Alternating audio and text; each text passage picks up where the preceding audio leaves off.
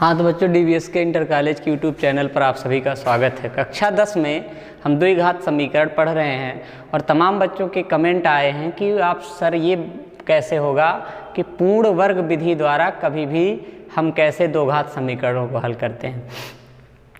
तो बेटा आप ध्यान दीजिए कि हम एक एक नियम चल रहे हैं ना।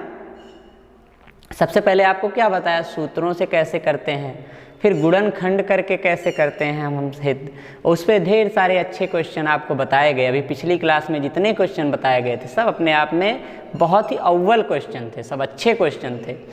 अब आप पूछ रहे हैं और आज उसी का नंबर भी है कि हम जानेंगे कि पूर्ण वर्ग विधि से कभी भी किसी द्विघात समीकरण को कैसे हल करते हैं। ये पूर्ण वर्ग विधि है क्या। अब सबसे पहले आप जानना सीखिए कि शब्द से पकड़िए उसका अर्थ क्या होगा। यानी पूर्ण वर्ग का मतलब हुआ कि कोई एक ऐसा अधूरा समीकरण जो पूर्ण वर्ग ना हो तो उसे पूर्ण वर्ग बनाना। क्या करना, ध्यान दीजिएगा। पूर्ण वर्ग विधि हमने अभी क्या बताया आपको कि पूर्ण वर्ग विधि से कैसे हल करते हैं। कोई एक ऐसा समीकरण, नाम ही है पूर्ण वर्ग विधि, यानी अधूरा है कोई समीकरण जो दो पूर्ण वर्ग नहीं है। वर्ग का मतलब a प्लस बी का होल स्क्वायर नहीं है, a माइनस बी का होल स्क्वायर नहीं है और ना a square minus B square है। तो जब हम उसको इस रूप में ले जाएं कि तीनों आइडेंटिटीज में से कोई एक आइडेंटिटी को फॉलो करने लगे तो इसका मतलब वही हमारा पूर्ण वर्ग हो जाता है। पहले ये जानना है कोई समीकरण जब किस रूप में हो जाए, पहले सूत्र पर या दूसरे पर या तीसरे पर, तो वही पूर्ण वर्ग है। अब जैसे हमें आज पढ़ना है, हेडिंग डाल लीजिए, पूर्ण वर्ग विधि द्वारा, पूर्ण वर्ग विधि से या वर्ग विधि द्वारा, पूर्ण वर्ग विधि द्वारा द्विघात समीकरण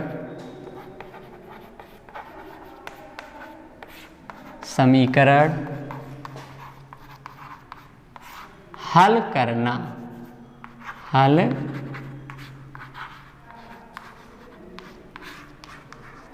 ठीक है। पूर्ण वर्ग विधि क्या है, पहले सबको समझ में आ गई कि समीकरण जो है वो पूर्ण वर्ग में नहीं होगा, उसको हमें पूर्ण वर्ग बनाना होगा और बना के जब हम हल करेंगे उसी को पूर्ण वर्ग विधि कहते हैं। अब नियम भी हम अभी बताने चल रहे हैं, तो आइए बेटा इस पर एक एग्जाम्पल आपकी किताब से ही लेते हैं। थोड़ा सा आप 1 मिनट ध्यान दीजिएगा कि पूर्ण वर्ग विधि द्वारा द्विघात समीकरण हल करना। अब ध्यान दीजिए, पहला क्वेश्चन 3x स्क्वायर धन, यहाँ दिया गया है एग्जाम्पल में 3x स्क्वायर और ऋण 5x धन 2 बराबर 0। ठीक, ये हमारा समीकरण दिया गया। पहले ही कठिन समीकरण आ गया, सबसे पहले कठिन समीकरण आ गया। अब अगर आ गया तो क्या किया जाएगा, आप ध्यान दीजिए। तो हमें नियम समझना है बेटा, ध्यान दीजिए। आपको बता रहा है कि पूर्ण वर्ग, क्या ये पूर्ण वर्ग दिख रहा है, सारे बच्चे ध्यान देंगे। पूर्ण वर्ग का मतलब 3 किसी का वर्ग ही नहीं है। यहाँ 2 है, 2 किसी का यानी करड़ी में जाएगा, तो करड़ी में नहीं लेना। क्या किसी पूर्ण संख्या का वर्ग हो रहा है, ये नहीं हो रहा। तो जब वर्ग नहीं हुआ तो वर्ग का फार्मूला कैसे हो सकता है।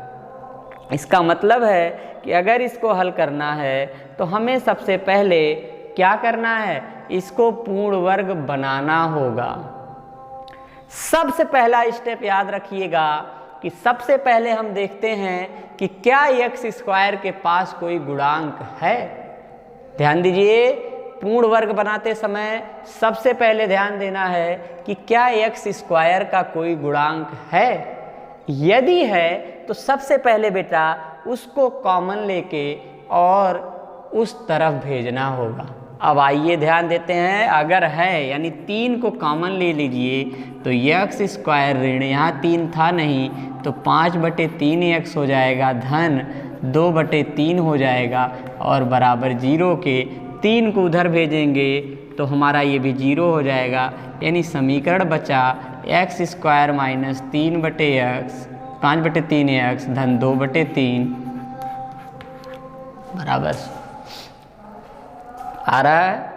क्या बोला हमने, अगर गुणांक है तो गुणांक को कॉमन लेंगे, नहीं है तब हम सिंपल कर ले, तब तो सिंपल हमारा क्वेश्चन। अभी हम दोनों बता रहे हैं। आइए बेटा देखते हैं कि गुणांक को बाहर लिया, अब ये मुक्त हुआ, यानी हमें ए स्क्वायर मिल गया। यहाँ माइनस है, एक्स केवल है, यही 2ab वाला पद है। अगर देखते हैं तो ए स्क्वायर ऋण 2ab ऐसे आता है ना, और प्लस बी स्क्वायर ना। अब देखिए, आइए समझने की कोशिश करते हैं कि यहाँ 2ab होना चाहिए। क्या होना चाहिए, 2a का मतलब x है। अब b कौन है, यही जो बच रहा है। समझ में आ रहा है, 2 है नहीं यहाँ। अगर 2 नहीं है तो हम 2 से गुणा कराएंगे, क्योंकि मजबूरी में हमको 2 चाहिए। तो यहाँ माइनस 2 गुणे 5 पहले से था तो 5 को लिख देंगे। अब हम इतने तो हैं नहीं अपने मन के कि अगर 2 से गुणा कराया तो बस करा दिया, नहीं। अगर 2 से गुणा कराया तो 2 से भाग भी कराना होगा।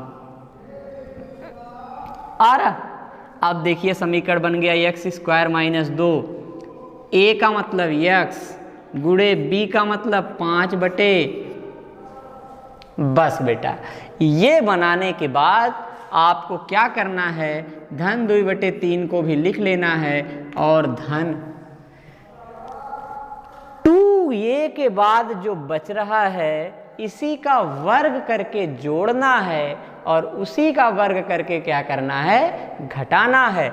यानी 5/6 का होल वर्ग जोड़ेंगे और 5/6 का होल वर्ग घटाएंगे। प्रोसेस समझ में आ रहा है, और बराबर 0 लेंगे। आइए अब देखते हैं क्या होता है।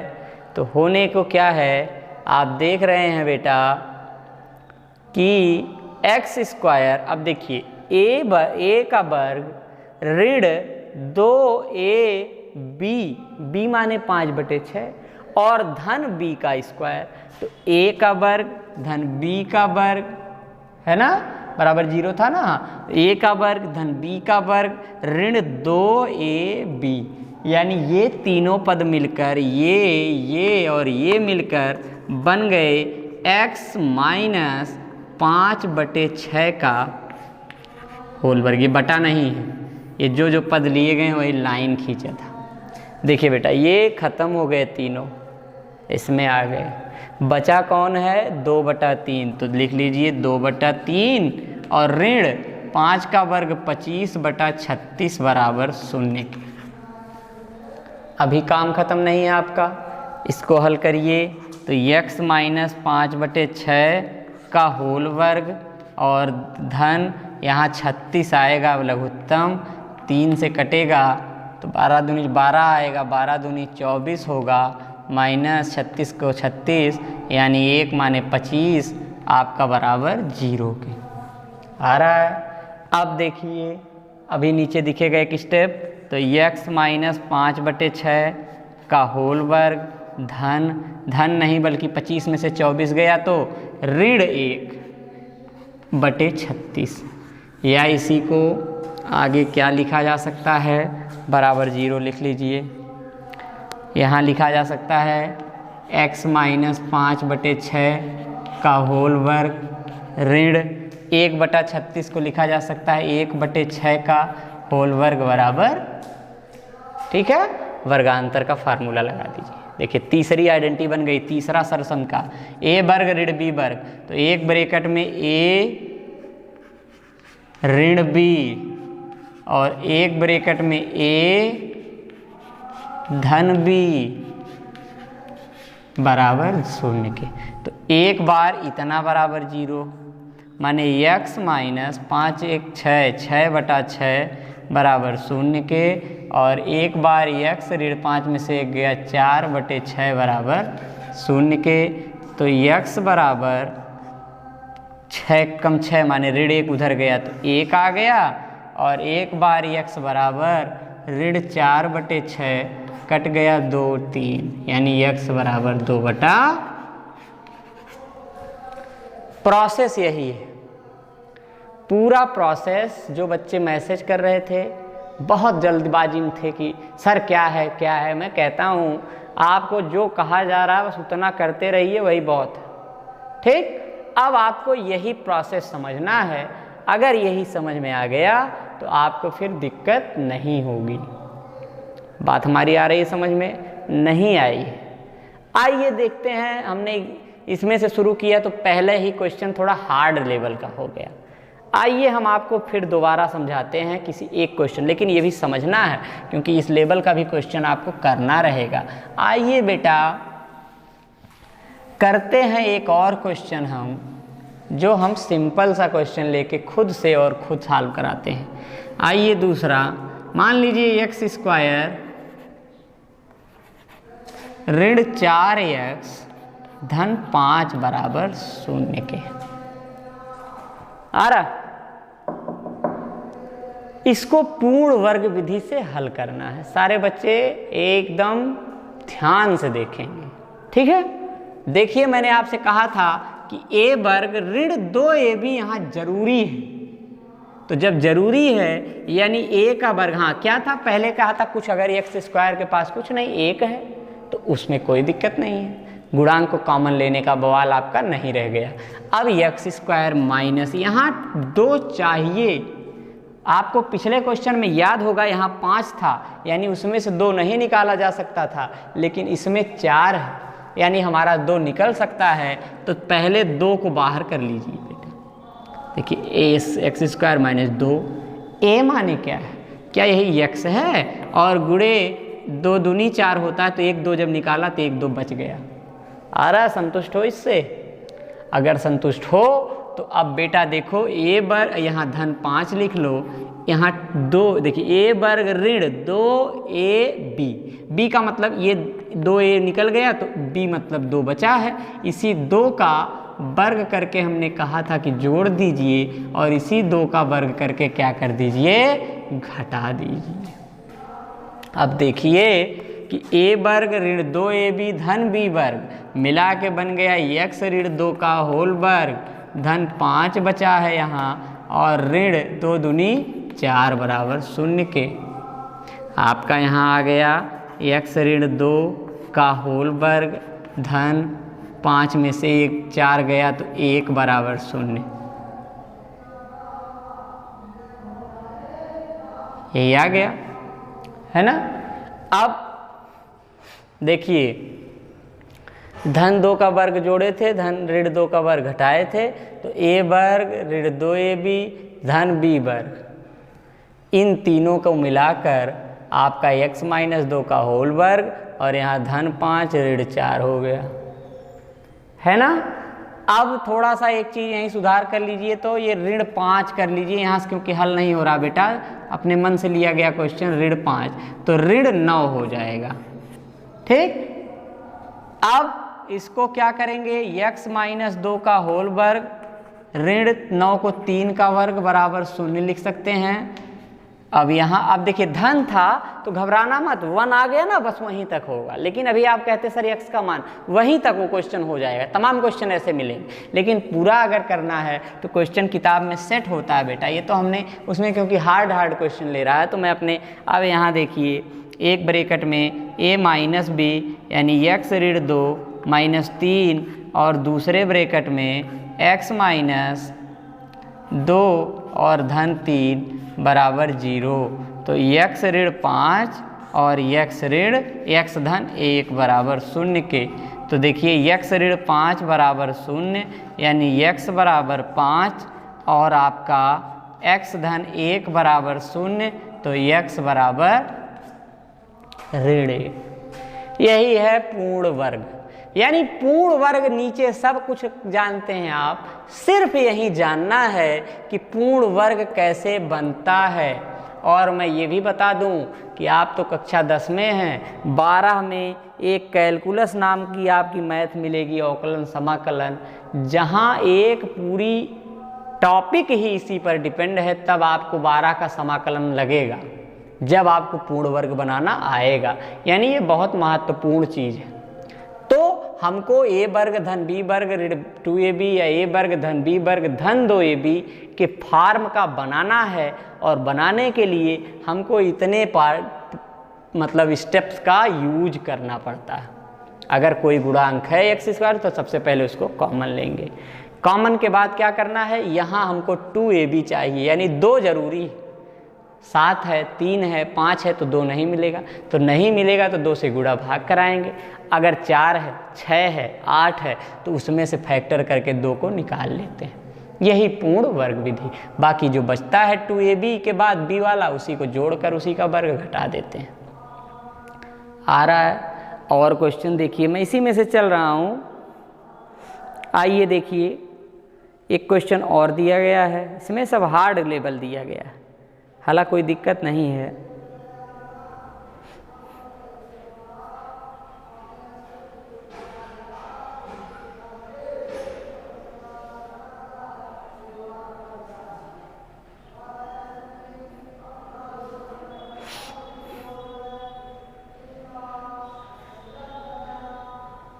आइए देखिए एक और क्वेश्चन, इसमें सब कठिन कठिन दिया है, कोई सिंपल क्वेश्चन है नहीं दिया। चलिए देखिए, दे रहा है 3x स्क्वायर। अच्छा, ये हल हो गया। आइए एक और क्वेश्चन दिया है 2x स्क्वायर ऋण 5x धन 3। 2x स्क्वायर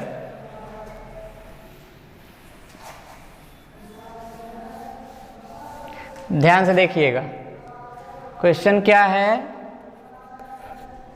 2x स्क्वायर ऋण 5x धन 3।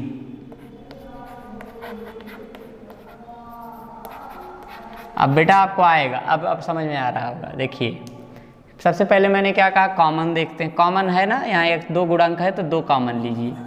2 कॉमन लेंगे तो बचेगा x स्क्वायर ऋण 5/2x धन 3/2 बराबर 0 के। 2 को वहाँ 0 में भाग दिलवाते हैं तो x स्क्वायर ऋण 5x बटा 2 है धन 3/2 बराबर 0 के। नीचे तो 2 है, a वर्ग ऋण b 2ab बनाना है, यहाँ नीचे 2 है, नीचे का नहीं मतलब कहाँ चाहिए, ऊपर। ये 5 से नहीं मिल सकता तो 2 का गुणा कराइए अपनी तरफ, 2 का गुणा कराएंगे तो भाग भी कराइए, है ना।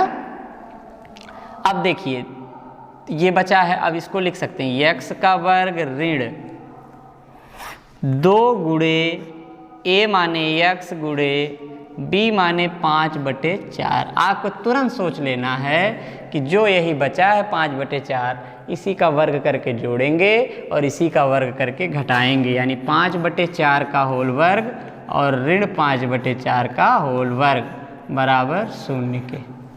अब हम क्या करते हैं, a वर्ग ऋण 2ab धन b वर्ग यानी x ऋण 5/4 का होल वर्ग धन 3/2 ऋण 5/25/16 बराबर 0 के। यहाँ देखिए x ऋण 5/4 का होल वर्ग धन 2 और 16 का लघुत्तम, 2 8 16, 8 3 24 माइनस 16 1 16, 1 5 25 बराबर 0 के। ठीक, आगे अभी और चलेंगे। आगे क्या होगा आपका, ये स्टेप नीचे दिखेगा, दिखेगा। आइए बेटा, एक ब्रैकेट में x माइनस 5/4 का होल वर्ग हो गया, धन नहीं बल्कि 25 में 24 ऋण में आएगा तो ऋण 1/16 बराबर 0 के। इसको आगे और कर सकते हैं।